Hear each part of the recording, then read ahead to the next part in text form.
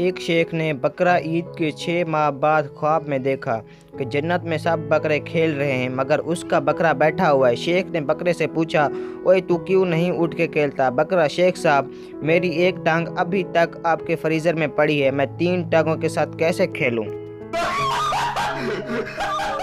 शेख साहब की फरियाद, ओ वापडा वालों जालमो, किसी और का नहीं तो मासूम जानवर का ही ख्याल कर लो जो कुर्बानी के बाद फ्रीज़र में आराम कर रहा है। उस्ताद पठान से, अल्ले बे पे सुनाओ। पठान, अल्ले बे पे। उस्ताद, और सुनाओ। पठान, बस अल्लाह का शुक्र है, सब ठीक है, आप सुनाओ। 2 पठान पानी पीने गए तो गिलास उल्टा पड़ा था। पहला पठान, इसका तो मुंह ही बंद है। दूसरा पठान, ये तो नीचे से भी टूटा हुआ है।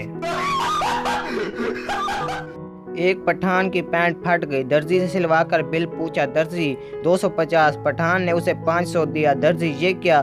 पठान, तेरा बिल सुन के फिर फट गई है। पठान एक शादी में गया, जब खाना लगा तो उसको प्लेट नहीं मिल रहा था। पठान ने खाना जल्दी से अपने दामन में डालना शुरू कर दिया। लोगों ने जब पूछा कि ये क्या कर रहे हो तो पठान ने कहा, दाग तो चला जाएगा पर ये वक्त फिर कभी नहीं आएगा।